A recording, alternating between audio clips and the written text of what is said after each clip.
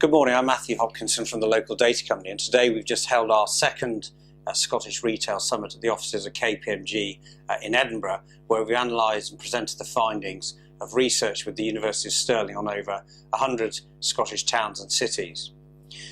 We were ably led by Jane Bradley, who chaired an exceptional panel, and we were fortunate to have Malcolm Fraser, who is the chair of the Scottish Town Centres Review, so he's well informed as to the issues, and he's an architect by profession.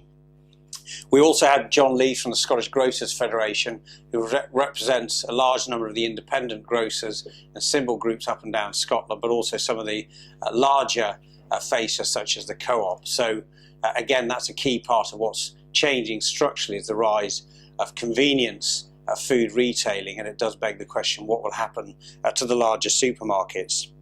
Chick Brodie, our MSP, kindly turned up, but he had to leave early on a 3-line whip back in Parliament. But he gave us a quick intro about the importance to Scottish Government about town centres and about Town Centre First and how they're taking it forward.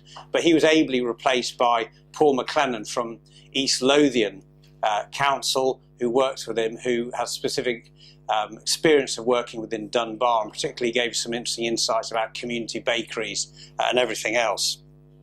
And then finally, obviously, Professor Leigh Sparks presented the findings of what is a significant piece of research and comes to 65 pages of data, tables and analysis.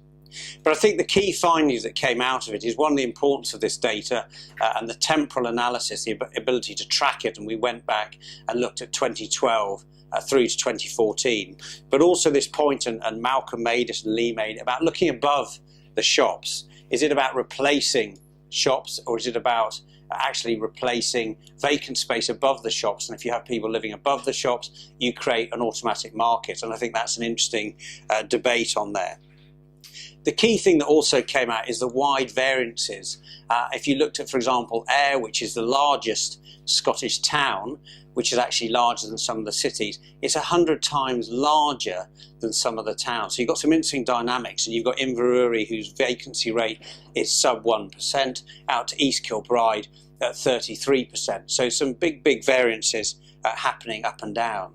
The other interesting piece that Stirling University looked at was the correlation between a number of attributes. So is deprivation one of the key issues which drives vacancy rates? And the bottom line is there is no significant correlation between the poorer towns and their vacancy rates and potentially the wealthier towns and their vacancy rates. So all in all, we have had a great day. Big thanks to KPMG again for everything it did, and to the panel. You'll see the video pieces now from the panel, and you'll also have an opportunity, should you wish, to have a look at the summary. And of course, please do give us a shout if you'd like to know any more information, or indeed would like to buy a copy of the full report. Thank you. Okay, I'm Leigh Sparks. I'm Professor of Retail Studies at the University of Stirling. I'm one of the authors of the report with the local data company and the University of Stirling that we're releasing today. The report looks at vacancy and retail change within Scotland's towns, and the results this year show that Scotland's vacancy rate has declined faster than the vacancy rate's been declining in Great Britain as a whole. The rate is still in Scotland higher than the rate in Great Britain, but that gap is now narrowing, which is good news for Scotland. We've also produced some interesting results around persistent vacancy and the number of vacant shops in Scotland that are vacant for more than 3 years and more than 1 year. And this is showing that there are structural issues within Scotland's retailing that require some urgent attention across a range of towns. When we look at vacancy rates across the 100 towns that we're looking at, there's clearly variability amongst the towns. That variability is declining somewhat, which suggests that towns' problems are being addressed, but there's still quite significant differences between vacancy rates of 1% to 33%. Some considerable issues for certain towns and different trajectories. The search for explanation for this, using census data and typology data, doesn't show any really prescriptive answers, and really it's very local-based solutions that are going to be required. There's no national policy that really can affect Scotland's towns as a whole, and therefore community-based initiatives developed from the ground up, understanding your place, using data on towns to show precisely what's going in your towns is really the right way to go. The local data company data and the work that we're doing with them, it's really just touching the surface of what we can do at the moment. There's so much more that can be done about new measures of churn and resilience and change over a longer period of time, and we're looking forward very much to a new ESRC project that we're working on that will allow us to look at these issues in depth for some of Scotland's major towns. I'm Jane Bradley, Consumer Affairs Correspondent at the Scotsman newspaper in Edinburgh. I'm here for the Local Data Company's Town Centres event. What's interesting about this report is to look at how Scotland's town centres are performing 6 years on from when the recession hit in 2008. I think what's interesting here is that we still have a number of shops that are lying vacant, and many of them, the ones that are vacant, have been lying vacant for quite a long time, which just shows how the lasting effect of the recession and how certain areas are struggling to get buoyancy back into the town centres. What is good about this report is it helps town centres look at what they can do to try and improve things and to make sure that their centres are not the ones that have got consistently empty shops. Chick Brodie, MSP. I'm a member for the south of Scotland, and I reside in the largest town in Scotland, in Ayr. It's a great pleasure for me to be at this meeting today, and having had a look at the excellent analysis produced by the Local Data Company and University of Stirling, because the challenge facing us regarding town centres is, I believe, massive. What we need to do is to have a vision going forward, and this analysis provides us with a base of what we need to do in town centres, and looking at the differences in town centres and how we can encourage more development and how we can encourage enterprises, particularly in my case with my interest in social enterprises, how we can use them to attract more and more people into the town and into more and more diverse industries. So I look forward to the output from the meeting. I'm sure it will be a major contributing factor to the decisions of the government, which focuses very largely on the local town regeneration. It will certainly help the government manifest its challenges and hopefully solutions in the near future. I'm John Leigh. I'm from the Scottish Grocers Federation. We are the National Trade Association for the independent convenience store sector in Scotland. We very much welcome the publication of this report. We think it's a fascinating insight into some of the issues and problems facing our high street.